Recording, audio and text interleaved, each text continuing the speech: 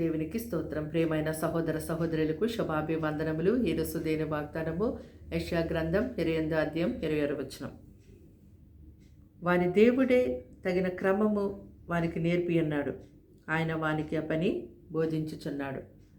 చూడండి, దేవుడైన యెహోవా ఈ సర్వ సృష్టిని 5 రోజుల్లో చేశారు. 6వ దినమందు ఆయన తన స్వరూపమందు తన పోలిక చొప్పున నరుని చేశారు. దేవుడు ఆదామును చేసిన తర్వాత ఆదాముకు భార్య కంటే ముందుగా పని ఇచ్చారు. అయితే ఈ లోకంలో ఉన్నటువంటి మానవులందరికీ కూడా దేవుడు పనిని బోధిస్తూ ఉన్నారు. తగిన క్రమమును ఆయన వారికి ఆ పని విషయంలో నేర్పించేవారుగా ఉన్నారు. దేవుడు తన క్రమమును బట్టియే మరి మానవునికి అధికమైన ఆలోచన శక్తి, అధికమైన బుద్ధి అనుగ్రహిస్తూ ఉన్నారు.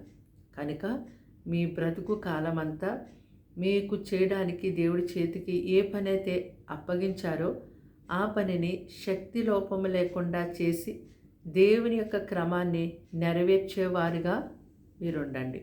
ప్రార్థన. దేవానికి వందనములు, స్తోత్రాలు, స్తుతులు చెల్లిస్తూ ఉన్నాం తండ్రి.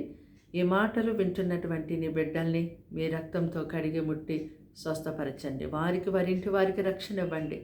వారి చేతికి ఏ పని అప్పగించావో ఆ పనిని వారి క్రమముగా చేయువారుగా ఉండుటకు వారికి సహాయం చేయండి. వారిని బలపరచుము దేవా, నీ జ్ఞానముతో నింపండి దేవా. నీ వాక్యమును చదివి నీ వాక్యం ద్వారా వారి జ్ఞానమును సంపాదించుకొని ఆ పనులు ఎలాగ చేయవలెనో వారికి నేర్పించమని ప్రార్థిస్తున్నాను.